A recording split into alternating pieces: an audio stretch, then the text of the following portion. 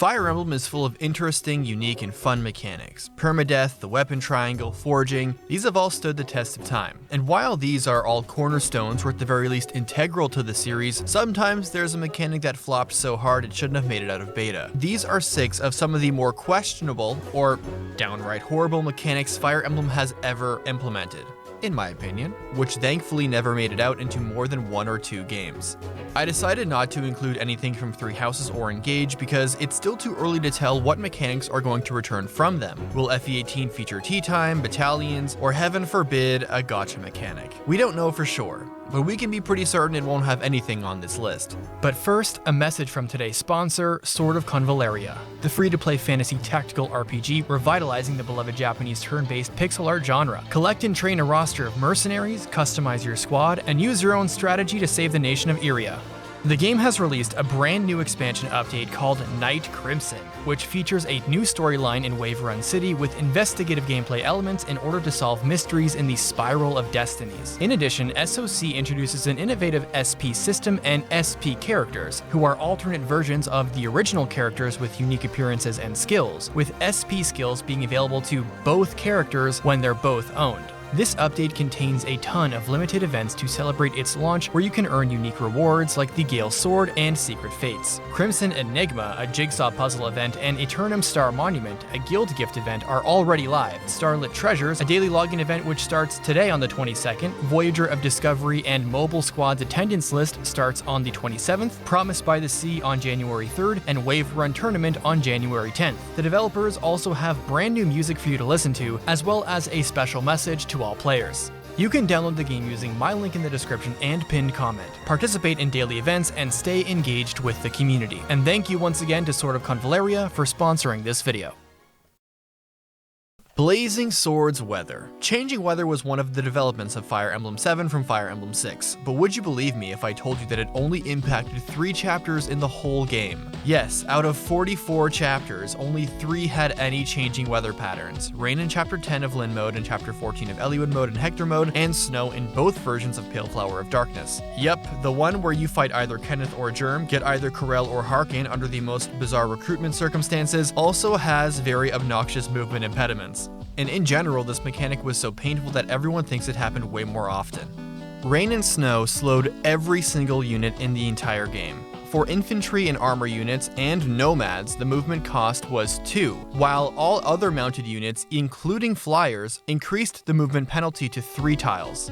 The snow and Pale Flower of Darkness luckily didn't affect indoor tiles, but anything outdoors, friend or foe alike, got slowed to a crawl until it stopped. Conceptually, this mechanic's on and off pattern can work, and you can see glimpses of it in Chapter 14, where an otherwise open field that has a lot of freedom for the enemy cavalry can be hampered and limited, giving your army options to navigate and bait out certain units while not getting overwhelmed by all of them. But in Chapter 10 of Lyn Mode, all it does is slow you down from accomplishing a very simple goal of seizing Lundgren's throne. In Chapter 14, it restricts most of your grounded units trying to traverse a pretty big map, and in Pale Flower of Darkness, it has the same issues as Chapter 10. And also, goddammit, there's a lot of trees in this map too, which also impede movement. Terrain penalties are nothing new for Fire Emblem. Heck, every game has at least one desert map that slows most units, but creating a mechanic that effectively turns every tile on the map into a desert that also affects flyers for several turns at a time, God, I hated this so much. It's better in my ROM hack though. This experiment did not last past this game, and weather has been cosmetic since then, Fuga's windy shit show notwithstanding. Path of Radiance and Radiant Dawn's Biorhythm. How are you feeling today? Are you at peak performance, or does everything just kind of suck? This is what Biorhythm attempted to model on your units in Path of Radiance and in Radiant Dawn, and it failed bad. It failed bad. To start, it's just a confusing mechanic to try to explain, with both Path of Radiance and Radiant Dawn working very differently, though you probably wouldn't notice it without looking it up. And when you do look it up, you get a lot of graphs. To try to simply explain, Biorhythm in both games is shown on a graph on every unit's stats page as a waveform curving between best and worst. In Path of Radiance, all units had the same graph, and the position on the graph moved forward per unit based on how many combats they saw, and advanced several steps between chapters, with every unit starting at a different pace. In Radiant Dawn, there were 10 different Biorhythm charts, and every unit advanced their Biorhythm every turn.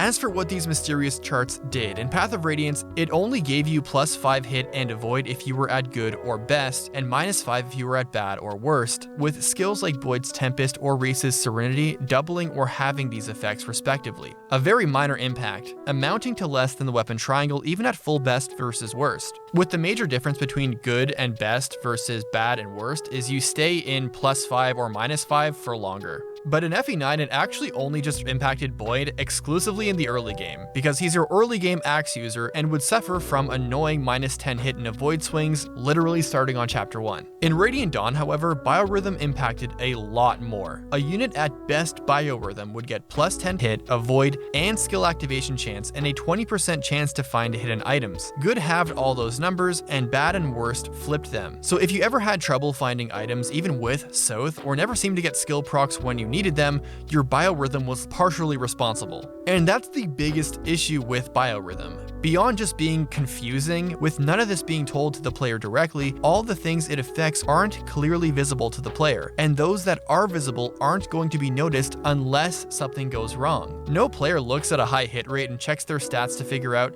why they're so accurate, but a lot more players will check their menus when they are 20% below where they were a few turns ago with no weapon or level changes, only to find out that now they are at worst Biorhythm and the opponent is at good or best. It's a mechanic that only gets noticed when it's effectively detrimental to the player and blends into the background when it helps. And on top of that, there's almost no way for a player to affect their own Biorhythm on the fly. Sure, a level 15 or higher Heron could use Bliss to boost Biorhythm or Sorrow to reduce it, but are you really going to be doing that instead of refreshing a unit's turns? It's really not worth the trouble of bringing it back, let alone explaining.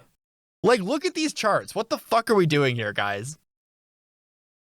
Shadow Dragon Death Gaiden requirements. A much more simple bad idea, Shadow Dragon DS added several new chapters and characters to FE1's roster, but with a catch. In an effort to embrace permadeath and encourage players to keep going after sacrificing their units, Shadow Dragon introduced what are now commonly referred to as Death Gaidens. These maps could only be reached if you had 15 or fewer units left alive. But because the game would keep throwing new units at you, including free generics if you were below the map deployment requirement, you would have to keep killing off more and more of your army if you wanted to visit all these maps. This is evidently not very helpful if you're trying to win a war. You think that a map that requires you to lose almost your entire army to play would be particularly rewarding, with strong units or good items, or just a ton of easy experience to catch you up, but while the extra units you get aren't terrible, they generally aren't better than all the units you would have to lose to get them.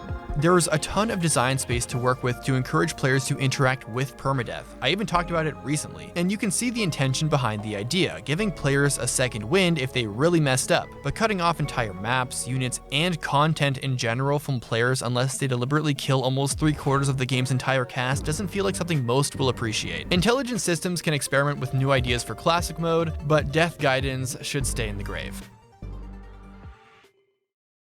2x effectiveness. Effective damage is a staple mechanic that's been in Fire Emblem from the beginning, and from the start, it's almost always been triple the weapon's base might, and Genealogy mixed things up by making effective damage an instant critical hit. So then, why did intelligent systems decide to reduce it in FE7 and FE9 to only double? Cavaliers are running wild, flyers are rampant, Lagoos have a magic weakness, and the best tools to take them down are significantly less effective than players are used to. Rebecca could have killed a lot of Pegasus Knights in Hector hard mode in a single fight with triple damage, but at double she's always just like 5 or 6 damage short, even if she has the speed to double. Mages may have had other issues, but if effective damage was tripled, then at least a maxed Forged Fire would have 24 effective might instead of 16, which might have let a mage 2-shot tigers. What's even more wild, while all versions of FE9 had double effectiveness, FE7's 2x effectiveness was a localization change. Yes, Japan had triple effectiveness in FE7, except for dragon effective weapons, but for some unclear reason they reduced all weapons to double in the West, except in another twist, Oriola in Japan does triple effective damage against Nurgle and the dragon due to an oversight in forgetting to set the effectiveness down to 2x when implementing this unique pointer. To add another layer of confusion, while FE8 does have triple effectiveness, the legendary weapons only have double versus monsters. Maybe this was actually a change from FE6 because no dragon, not even Adun, survived the wrath of legendary weapons in that game, so they just nerfed them against the dragons in the other two. But this decision creates a weird interaction with the bishop's Slayer skill that deals 3x damage against all monsters no matter the tome. So an Aura tome actually ends up being stronger versus monsters than Evaldi.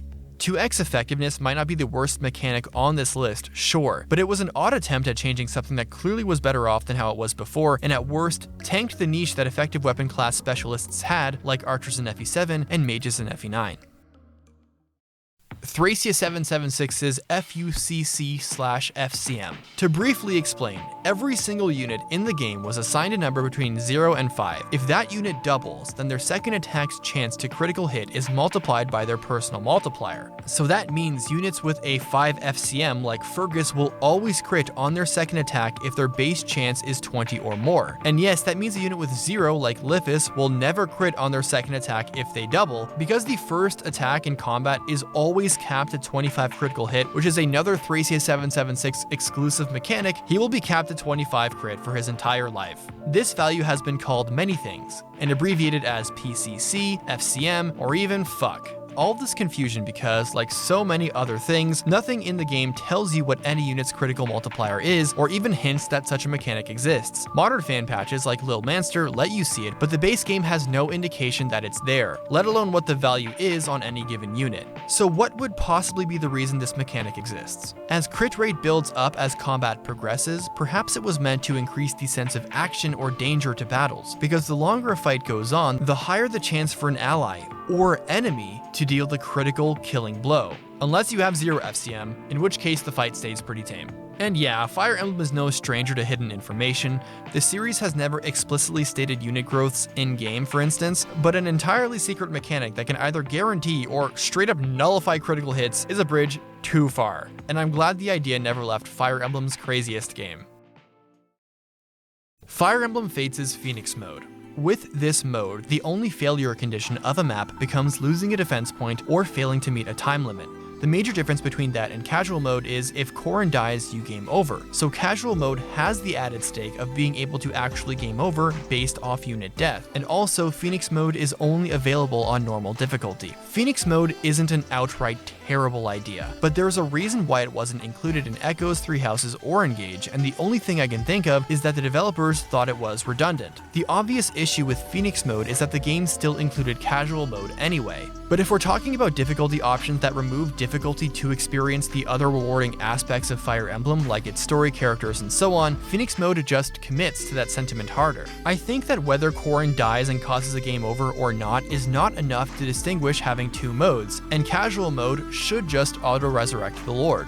But, and hot take incoming, you should be freely allowed to switch between Classic and Phoenix mode on the fly and switch back without any specific in-game punishment. Being unable to increase difficulty and only go lower makes sense because most of the time, deliberate restrictions like fixed growth affect one difficulty and not the other, like Engage's maddening fixed growths versus Hard's random growths, but it doesn't affect casual or classic. This may sound crazy at first, but I do believe there is value in being able to switch to a no-stakes setting just to grind levels in paralogs and skirmishes. Hear me out. Being able to autopilot grind chapters and service to the greater goal of beating a main story campaign isn't new to SRPGs or just RPGs or any game in general, and bolsters replayability for Fire Emblem specifically. Balance this with in-game rewards via achievements, like in Echoes, also bring those back, for committing to classic mode and never switching out, or only allowing the toggle in a second playthrough or New Game Plus, and presto, you have successfully integrated Phoenix mode while still appeasing the classic